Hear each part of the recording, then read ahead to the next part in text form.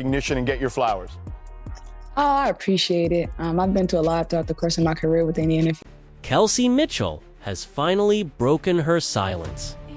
After months of generic interviews, polished press lines, and endless chatter from media insiders spinning their own narratives, the veteran heartbeat of the Indiana Fever delivered what fans had been waiting for: a raw and unfiltered truth.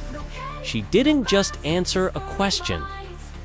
She dropped a truth bomb so powerful that the WNBA is still buzzing, trying to interpret its meaning. Every word she spoke carried weight. Every tone was deliberate. And in that single moment, Mitchell reminded the world that leadership isn't always about volume. It's about conviction. What she said wasn't just commentary. It was a statement that could change the trajectory of how we talk about Caitlin Clark, the Fever, and the WNBA itself. Okay, even saying that you had the best season of any guard this year in the league. What has it been like to get that kind of recognition? The real debate now is this: was Mitchell simply expressing admiration? Was it an early hint of a professional rivalry? Or something far bigger? A brilliantly calculated, brutally honest, and refreshingly real teammate. Evaluation that set a new standard for authenticity in pro sports. That's the question fans are chewing on today. But before diving into the heart of her words, let's pause to consider something greater. Do you believe Caitlin Clark has not only transformed women's basketball, but also shifted the global perception of the sport itself? Are we witnessing the single most important turning point in modern sports history? As a friend and as a player, you grow to appreciate her because, certain doors. That's the magnitude of the question, and the one Mitchell's comments have now forced onto the table. It's also why the Fever star's voice carries so much weight. Because here's the truth: mention the Indiana Fever anywhere, anytime, and you already know what's coming next. The Clark question, it's as inevitable as the sunrise. It doesn't matter if a player is talking about a defensive scheme, their favorite pre-game meal, or even the weather outside. Eventually, the conversation turns. But what about Caitlin?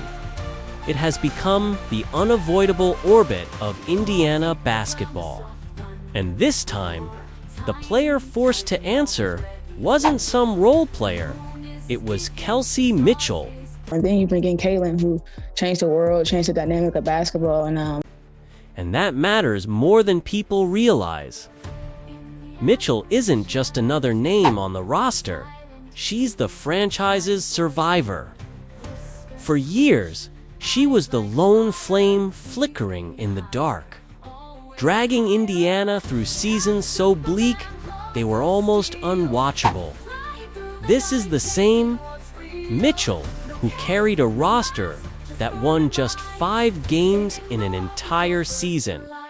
The same Mitchell who endured a revolving door of coaches, 5 in 8 years, while opponents treated games against Indiana as a night off. A chance to pad stats and rest their stars. She was the one who had to shoulder the losses, delivered the polite cliches to the press, and pretend there were building blocks after another 24-point blowout. That was her reality. She wasn't just playing basketball. She was pushing a boulder uphill every night.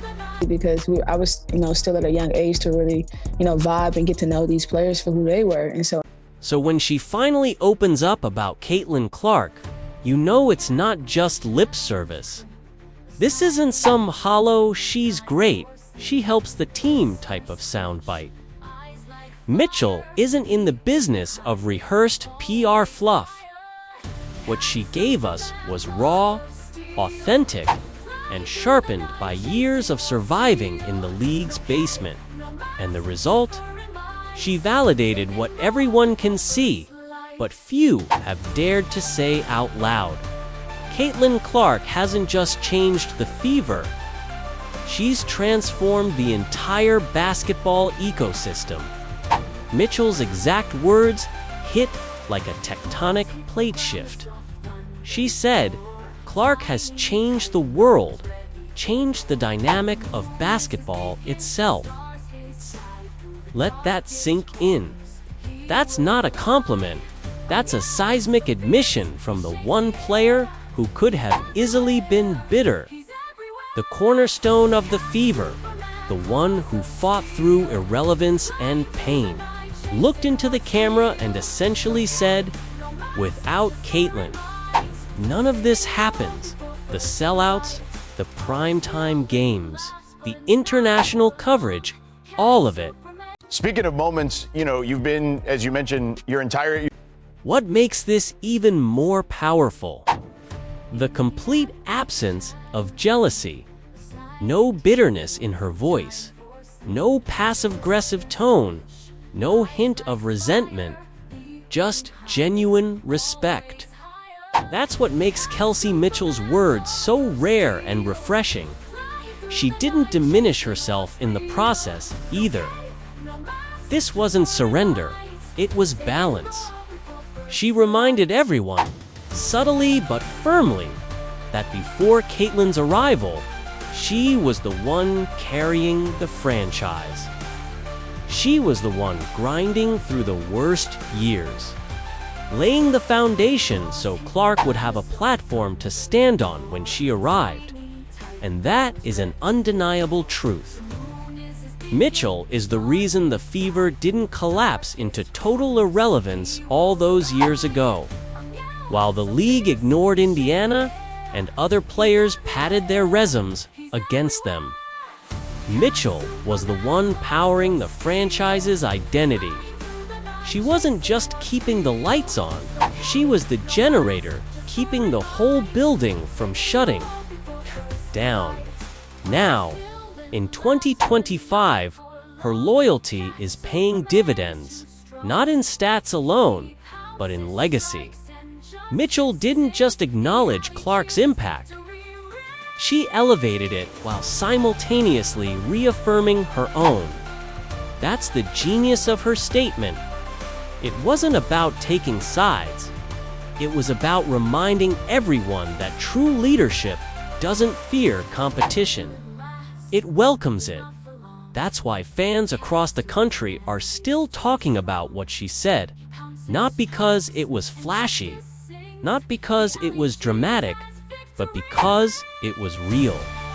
And in a league where jealousy, bitterness, and petty rivalries have to often define the narrative, fueled by veterans like Aja, Wilson throwing shade or Cheryl Swoops taking digs, Mitchell just flipped the script.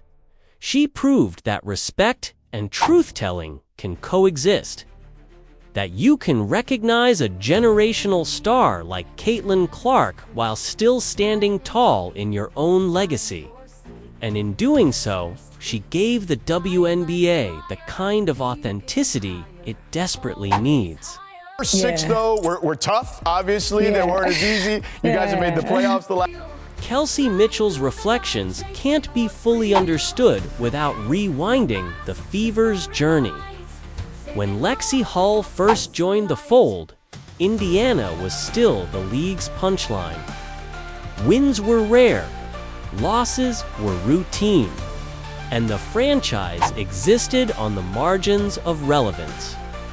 Mitchell was the one smiling through press conferences, fielding questions about building blocks while the team barely scraped together 5 victories in a season.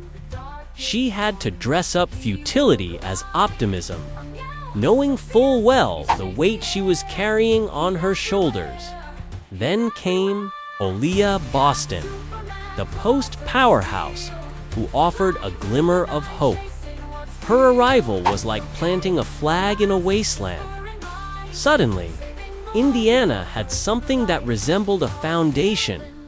And then, of course, came Caitlin Clark, a supernova who bent not just basketball, but the entire sports media universe to her will. Her presence instantly transformed the Fever from a laughingstock into headline news.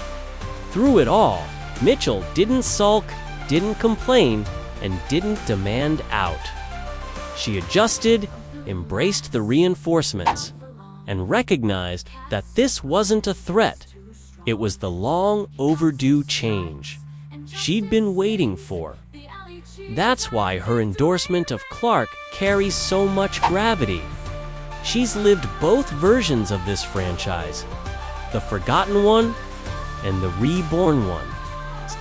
And she knows exactly which version sells tickets and shifts culture.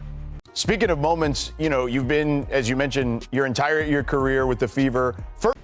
But Mitchell's words went beyond professional respect. They carried something deeper, something personal.